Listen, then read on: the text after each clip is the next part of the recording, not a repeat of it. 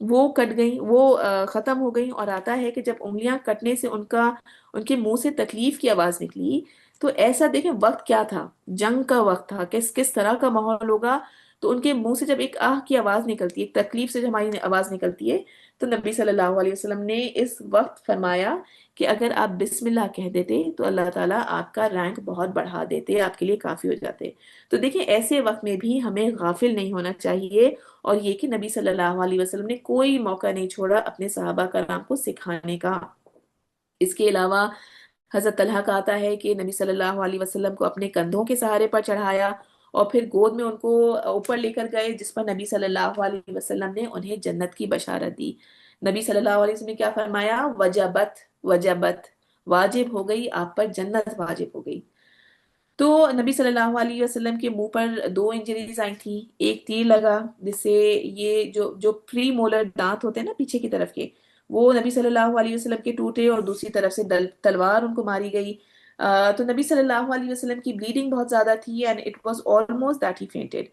اس وقت کراؤڈ میں یہ بات پھیل گئی کہ نبی صلی اللہ علیہ وسلم وفات پا گئے. ایک یہ وجہ تھی، دوسرا یہ بھی تھا کہ حضرت مصعب بن عمیر کو اس میں شہید کر دیا گیا تھا. حضرت مصعب بن عمیر کی ہم نے بات کی تھی کہ کس طرح کا انہوں نے جوش کے ساتھ کس طرح کے وہ تھے. بہت امیر صحابی تھے، لیکن بہرحال مدینہ آئے، انہوں نے وہاں پہ سکھایا بہت کچھ مسلمانوں کو. جنگ احد وہ جنگ تھی جس میں حضرت مصعب بن عمیر جو تھے ان کی شہادت ہوئی. ایک ان کے ہاتھ میں جھنڈا تھا، ایک ہاتھ کاٹا ان کا جھنڈا، انہوں نے دوسرے ہاتھ میں لے لیا، پھر ان کا دوسرا ہاتھ بھی کاٹا کفار نے، اور پھر انہیں سینے کے تھرو جھنڈے کو اپنا سنبھالنے کی کوشش کی. لیکن بہرحال ان کی شہادت ہو گئی کیونکہ وہ نبی صلی اللہ علیہ وسلم سے ریزمبل کرتے تھے. تو افواہ یہ پھیل گئی کہ نبی صلی اللہ علیہ وسلم کی شہادت ہو گئی. اور جب نبی صلی اللہ علیہ وسلم کی شہادت کی افواہ پھیلی تو ایک کیوس مچ گیا. مسلمان جو تھے وہ بکھر گئے، ڈی موٹیویٹ ہو گئے. کچھ مسلم صحابہ کرام سے تو لڑا ہی نہیں گیا، کچھ صحابہ کرام پریشان ہو کے پیچھے ہٹے. ایک کیوس پھیل گیا وہاں پر. آم، اب ٹائم ہمارا پورا ہو گیا. میں چاہ رہی تھی کہ جنگ احد آج ہم پوری کر لیتے، لیکن ٹھیک ہے، ہم اس کو نا باقی تھوڑا سا ہمارا رہ گیا ہے، اس کو ہم انشاءاللہ اب اگلی کلاس میں کمپلیٹ کریں گے. جنگ احد کے کیا مورلز ملتے ہیں، کس طرح سے مسلمانوں کو ڈیفیٹ ہوئی، کیا کہہ کر ابو سفیان جو تھے وہ واپس آئے. تو بس یہ تھا کہ کیا نبی صلی اللہ علیہ وسلم کو ہم نے ختم کر دیا کہ نہیں. ٹھیک ہے، تو یہ ساری چیزیں انشاءاللہ ہم اگلی کلاس میں دیکھیں گے، اور اگلی کلاس میں انشاءاللہ ہم نیکسٹ اس پہ بھی جائیں گے. آج کے لیے کلاس آپ پلیز پوچھ لیا کریں. آئی ایم ہوپنگ کہ آپ سب لوگ بہت غور سے سن رہے ہوتے ہیں، نوٹس لے رہے ہوتے ہیں. دیکھیں یہ چیز بہت ضروری ہے. صرف سنیں گے چیزیں یاد نہیں رہیں گی، نوٹس ضرور لیا کریں اور اسے ریوائز بھی ضرور کیا کریں. ٹھیک ہے، ہوپ فلی کبھی ٹائم ملے گا آگے کی کلاسز میں تو ہم ایک کوئز بھی کر لیں گے تاکہ ریویژن بھی ہو جائے. ٹھیک ہے، کلاس کو یہاں پہ اینڈ کرتے ہیں. سبحانک اللہم و بحمدک نشہد ان لا الہ الا انت نستغفرک و نتوب الیک. اللہم صلی علی سیدنا محمد وعلی آل سیدنا محمد وبارک وسلم. ربنا تقبل منا انک انت السمیع العلیم وتب علینا انک انت التواب الرحیم. جزاکم اللہ خیرا. السلام علیکم ورحمۃ اللہ وبرکاتہ.